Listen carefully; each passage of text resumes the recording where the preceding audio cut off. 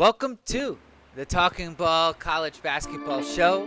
We are previewing the week ahead for the first week of college basketball. We're back. We're back. 'Tis the season to be jolly. Fa la la la la. Bouncing balls. It's not Christmas. Christmas comes on November 3rd. Jack, why isn't the Champions Classic tonight? I feel like it used to be the unofficial start, right? Like it used to Right. be, but I feel like it was that Tuesday, like tomorrow. There'd be games the Monday, but I don't know. I don't have a good answer for you.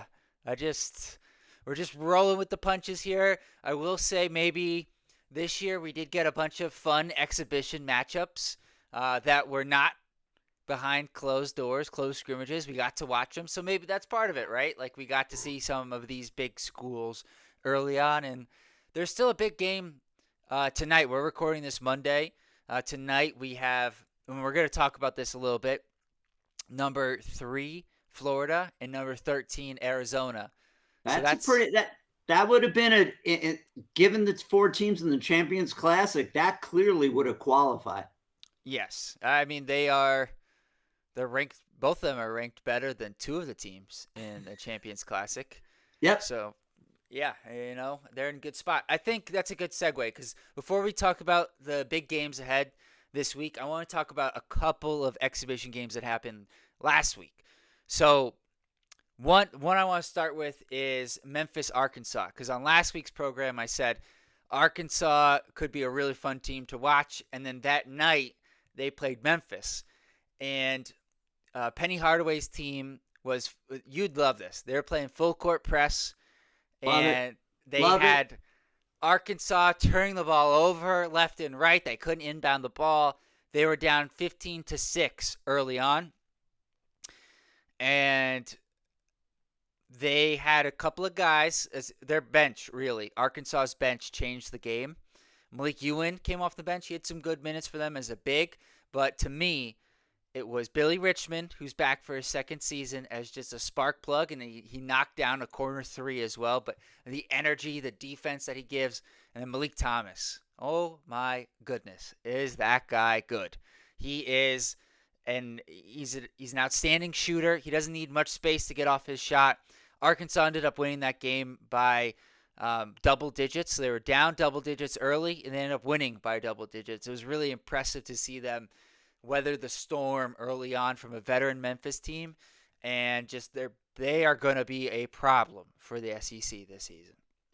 Kind of ironic that you would say that it was Memphis using a full court press against Arkansas, who originated the 40 minutes of hell. So, little irony there, but Coach Cal definitely has Arkansas ready with a good batch of recruits, and they weren't even projected to make the the big dance. They went on a run towards the end of the year that enabled them to get their 10 seed, I think, Yes. in the big, Hey, you know. how about that? You're tense. You nailed that one. Just it's amazing some of the things you can recall. And then they went on a run. They made it to the Sweet 16. They were this close to beating Texas Tech and advancing another round. And this year they brought back they have this is a good stat. They had the highest percentage of scoring returning in the SEC, and it was only like 42 or 43%. Well, that's pretty good It these is days. exactly these days. In the past, if you had the highest percentage of scoring returning, you'd probably be in like the 60s, maybe even the low 70s. Jack, give me a clue. What about our boys? What percentage of scoring returned for our boys? Let me look it up. I am going to It's guess. going to be pretty low. I'm going to guess it's 27% for Duke. Let's see if I can get the number. No, I was too high. 20.5%. Yeah. 20 and a half. Now, minutes are a little bit higher, but 20.5% of the scoring for Duke. Now, a couple more exhibitions I want to touch on before we start looking ahead. One of which was an ACC school, which was Stanford, who beat Oregon in an exhibition game. Now, Oregon was missing their best player in Jackson Shellstad, but I was impressed. I thought Stanford was going to have a tough year this year. They lost their 3 leading scorers from last year's team in Maxime Reynaud, Jalen Blakes, one of our former Duke guys, and Isaiah Sellers, who's now with St. John's. And I didn't think they replaced a lot of them, but what they did get was a lot of growth from guys who had been there in the past, like Chisholm Akpara, Benny Geeler, one of Bill Walton's favorites. Rest in peace to Mr. Walton there. But what was most impressive to me was the play of point guard Abuka Okore, who comes from Brewster Academy. He was ranked outside the top 100. Now, this year's freshman class, I think is important to note, is really strong. So I think in another year he's in the top 100. He was teammates there with Arizona forward Dwayne Aristode, who's a top 20, top 25 recruit, and Sebastian Wilkins, who plays for Duke this season. And he's got really long wingspan, but the thing that was most impressive for me, his defense, he did a really good job pressuring the ball. And then offensively, he had a really quick first step, could get to the hole and create for himself and others. So he's going to be a guy I got my eye out on Stanford this year, and I think they're going to be better than what I thought coming into this year. I'm calling a timeout. Please remember to like us, subscribe to our channel. We are within 25 of 2,000 subscribers. Everybody listening, get a friend, help us get over the 2,000 mark. But it's important for us to get that in before Jack takes us through game 3 of the exhibitions. And then we go on for a while about games to watch this week. So just wanted to, all right, 30-second timeout. It's over. Good timeout. Got us organized there. So Kentucky, Georgetown. I mean, I made a video about this before, but we can't continue without mentioning this. Kentucky, after being, after they beat Purdue and Big Blue Nation had them in Sharpie, national champions. They did it without 2 stars. Yes, they were missing a third key player in Denzel Aberdeen, but a tough one considering. In the Purdue game, I didn't think their offense was outstanding, but I thought their defense certainly was. And that's really where that was the more disappointing part for me in this Kentucky performance is I didn't feel like their defense was at the same level. Aberdeen being out hurt them defensively because he's a really good defender. And then I also think their offense with a lot of not good shots, quick shots, they didn't really find a flow, hurt their defense because it allowed Georgetown to get into semi-transition, score off of turnovers or not good shots, and just get a flow into the game. So I think, probably too much of a reaction one way after the Purdue game. Shouldn't go too far after the Georgetown game. It's going to be a good team, but maybe similar to last year. They're going to be able to beat the great teams, but they may, slip up a few times against some of the average to above average teams. Come on. Let's have a little bit more fun than that with great big Blue Nation. You guys lost to Georgetown. You guys, I don't want to hear how good you are. I mean, this was just an embarrassment to be losing that bad to a team in exhibition. And I don't want to hear also the excuse about, well, you were playing certain players and not playing other players, because that's exactly what you said about Purdue when you guys played Purdue. So Blue Nation, don't want to hear it until you beat somebody. You're not there. Beat somebody again, I guess should be the way we phrase that. I guess so, but I mean, that's an embarrassment. It's how quickly the tables turn in Kentucky, because both games were at home. They're at Rupp Arena. That's what I think made it even worse. And it just never felt, after 10, 15 minutes, like it was competitive. Like Georgetown had them at arm's distance, and they could not get back into it.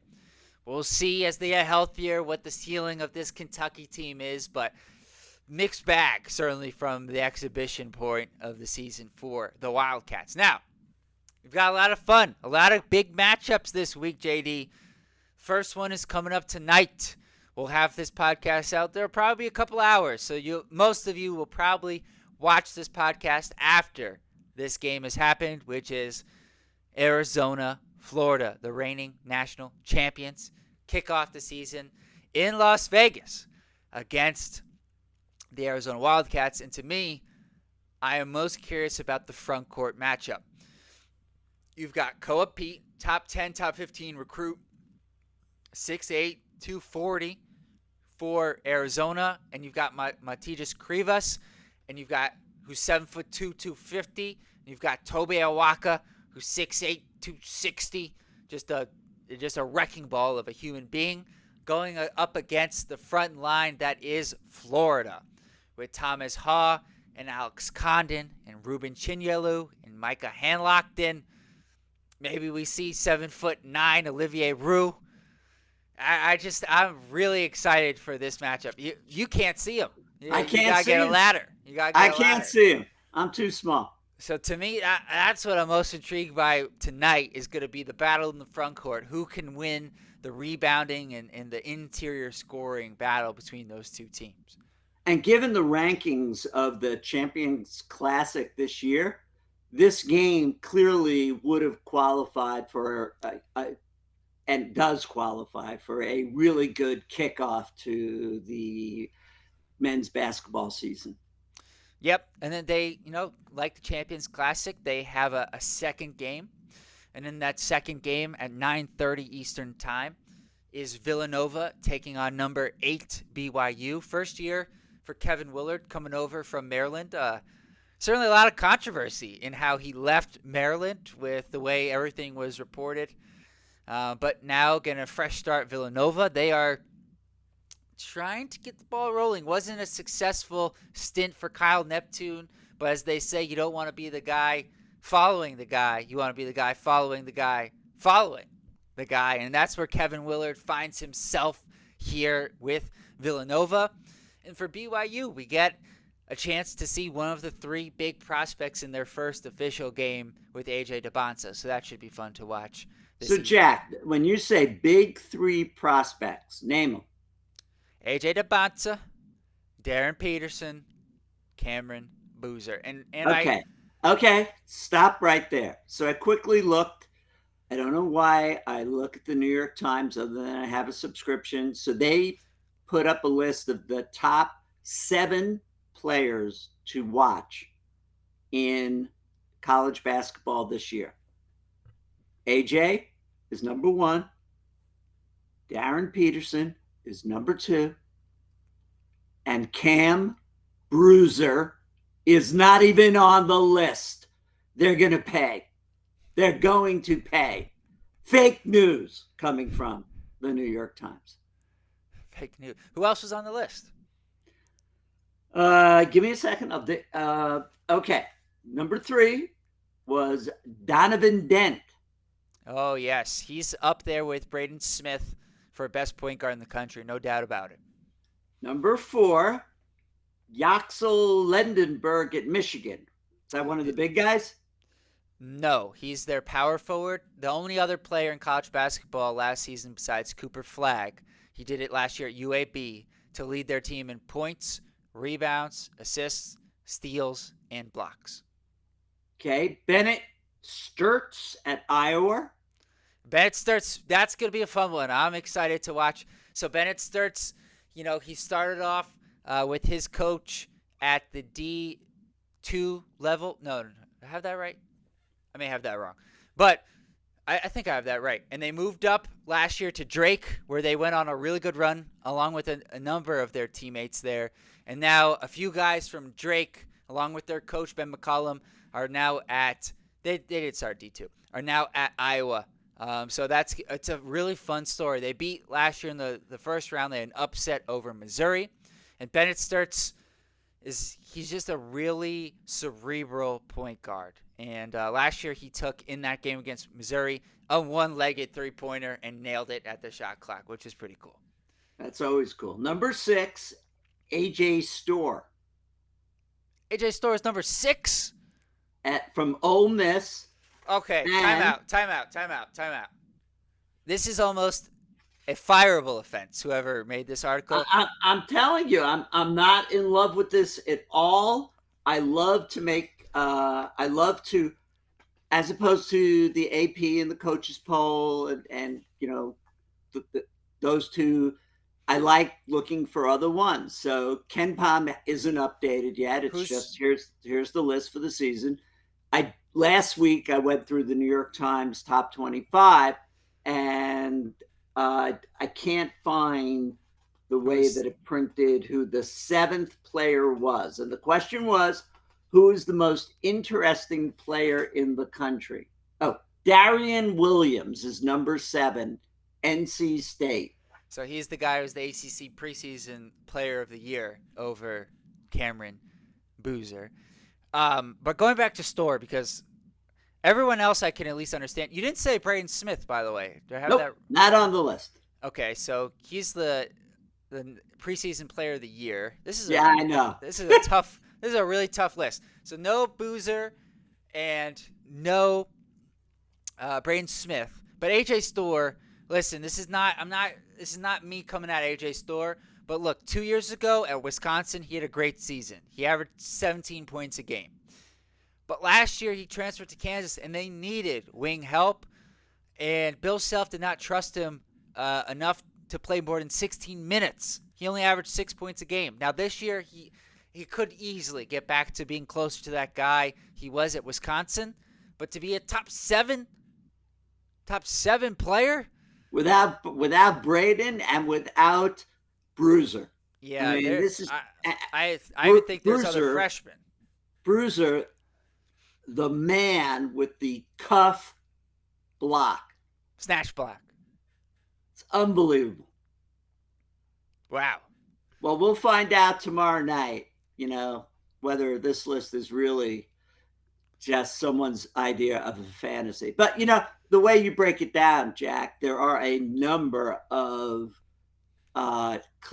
definitely first round draft picks on the list. And so, whether they're the top 7 or not, we'll keep an eye on Braden and Cam. Among others. Okay. Wow. That surprised me. All right, so we have an amazing doubleheader tonight, which for the reasons you've discussed. What other matchups are you looking for this week? So Tuesday night, there is Texas taking on number 6 Duke, 8:45. That should be a fun matchup. Texas is a very good team. They, if you extend out the AP poll voting, they're 29th. So you've got 29 versus 6. That's a good matchup.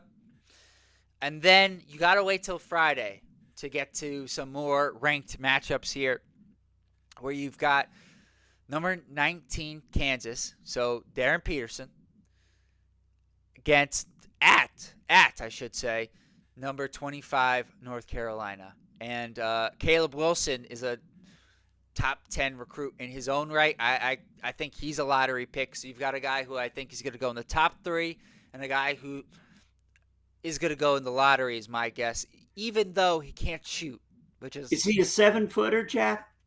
He's 6'10". He's 6'10". He's close enough. And when I say he can't shoot, that's not fair. He can hit mid-range shots. Just his 3 ball is not consistent enough yet. So what makes him special as a player? What are the things we look for when we watch Caleb? 3 things. Number 1, athleticism. He's 6'10", but he moves really well. Like, he's a really fluid athlete, can be explosive, big dunks, etc. Which brings me to number 2, defense. This is a guy who's going to average at somewhere around 3 stocks a game, steals and blocks. He is going to be a deterrent, blocking shots, coming over from the weak side, and he's going to get his hands in there because he's got a really long wingspan to get deflections and steals. And then lastly, the third thing, he's a really good passer.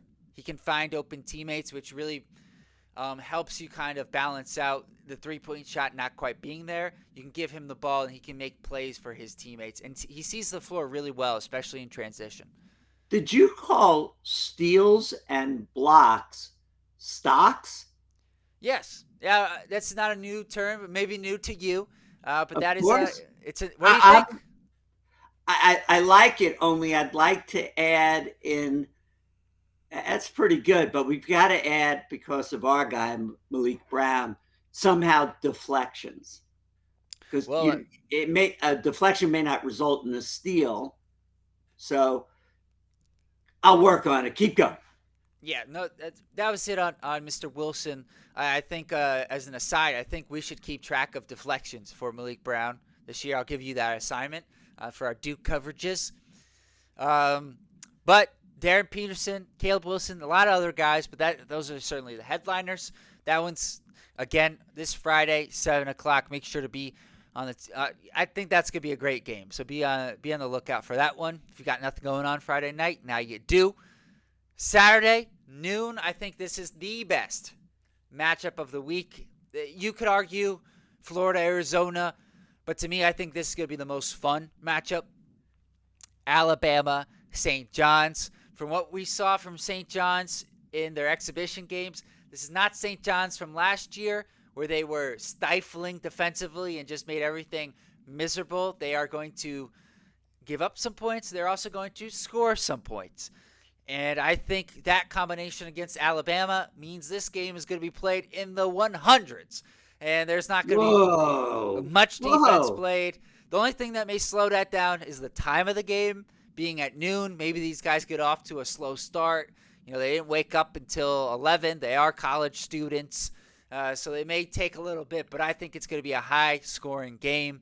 And it's going to be fun to watch. There's a lot of guys to be on the lookout for. But two, I'll point out, LeBaron Philon looked really good in the exhibition I watched. I think he's ready to take a major step forward for the Crimson Tide. And Zuby Ejiofor, the center for St. John's, is just a ton of fun to watch. And as a bonus one, Bryce Hopkins, good for him to be healthy as a guy who was just really good for Providence a couple of seasons ago. He looked good in exhibition games, so hopefully he can stay on the court. The best I could come up with for adding deflections to stocks is D stocks, as in the stocks, these stocks. We're going to add deflections that way, because Malik just has created his own, analytic.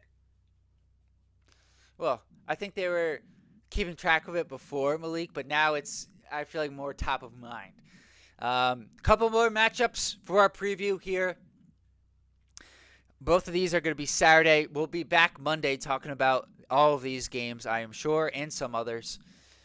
So next Monday we'll be back. We'll recap after the AP poll comes out. How does everyone look? Arkansas at Michigan State.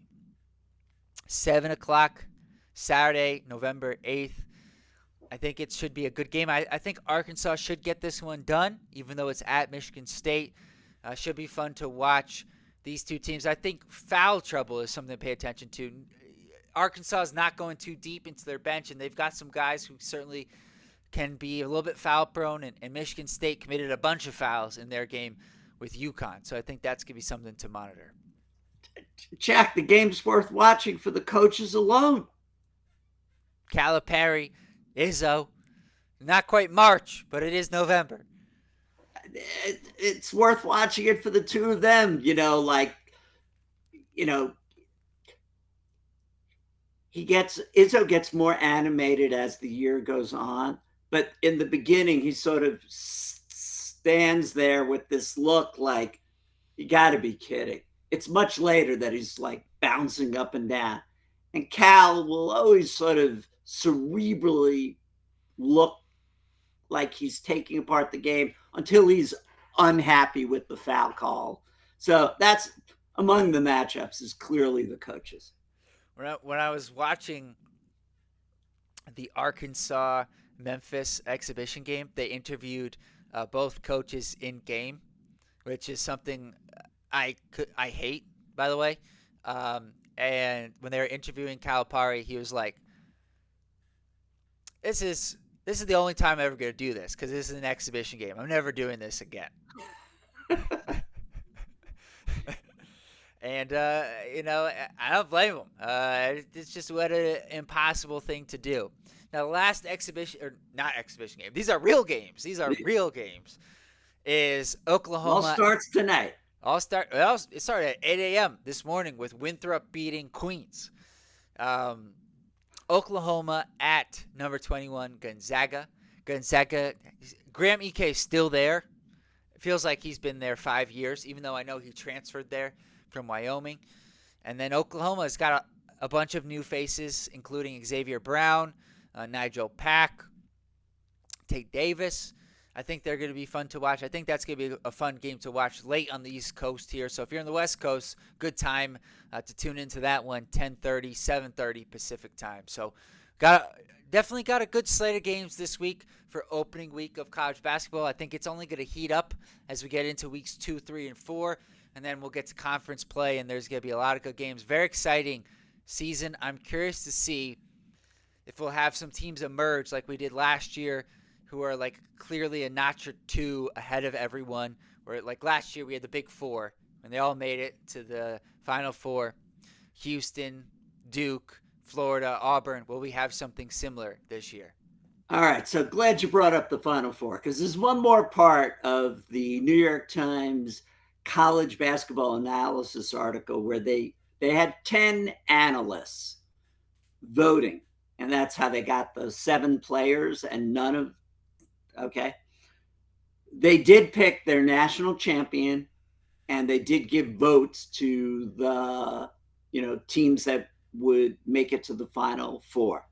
So I'm going to leave it to you to see what you come up with for 4 top teams to make it to the Final Four, which were also in the same order their picks for who would win the national championship. So it's the same 4 teams. Okay. So national championship, who's number 1? So this is who they picked, correct? I'm guessing who they picked? I'm going to say Purdue. And Purdue was number 2. They actually picked Houston, who's my pick, actually. So yeah. So I don't really. All right, number 3. UConn. Absolutely. East Coast bias. Number 4. It started last week when I told you a certain team rose a lot of places, and they're very high on them making it. Kentucky. Michigan. Oh, yes. They wrote about the 2. One. They wrote about the 2 big. So they have Houston, Purdue, UConn, Michigan, with a statement to say, are we back to, is this the year of the Big Ten? I don't know if we'd be back to it. When was the last time? Last time a Big Ten team won the national championship was, I think, 2000 or 2099 with Michigan State. But in our years of watching March Madness, there have been times when the way that the SEC and the Big 12 dominated this year, there have been times where the Big 10 definitely dominated, but may not have won the national championship. I think that's a big, you got to finish the job. That's what made the SEC, listen, if the SEC, if Florida doesn't win the national championship, there's a bit of an asterisk, It's kind of like the Warriors when they went 73-9. I don't look at them maybe this is unfair, but I don't look at them as the best team ahead of the Bulls team for a single season because they didn't finish the job. They didn't beat those Cavs. They lost in the finals. So I think that's, Big Ten. We talked about this last year before the tournament that we remembered Big Ten had. There's the one year they had 11 teams. I think when we looked back, if I remember correctly, it was the Kemba year when he ended up taking UConn all the way. And that, to me, that's what sealed the deal for the SEC. They had the most teams ever in the tournament, and they won. They're one of their teams won the tournament. You gotta finish the job. I although no, you're right. You got to finish the job. It's pretty cool when you have that much dominance. Where what we would say in the weeks during the year, every night the matchup in the SEC, every night the matchup in because there are so many good teams, as opposed to we loved our Dukies, but not every night was the matchup in the ACC. And so we're hoping the ACC is building back a little better, certainly with Louisville. A lot of guys, they were actually very high on Louisville, potentially making it to the Final Four. I'm not the only one. Duke wasn't even in the, didn't receive a single vote for the Final Four. We'll save that for our Duke show tomorrow night. All right. So with that being said, guys, we appreciate you guys tuning in. We'll be back every Monday. We'll release these episodes probably in like an hour or two after the AP poll is released. So we'll give you guys an update on that and then recap the weekend, maybe a little look ahead to the week ahead. That's what we're going to keep giving you guys content throughout the college basketball season. Until next week, peace.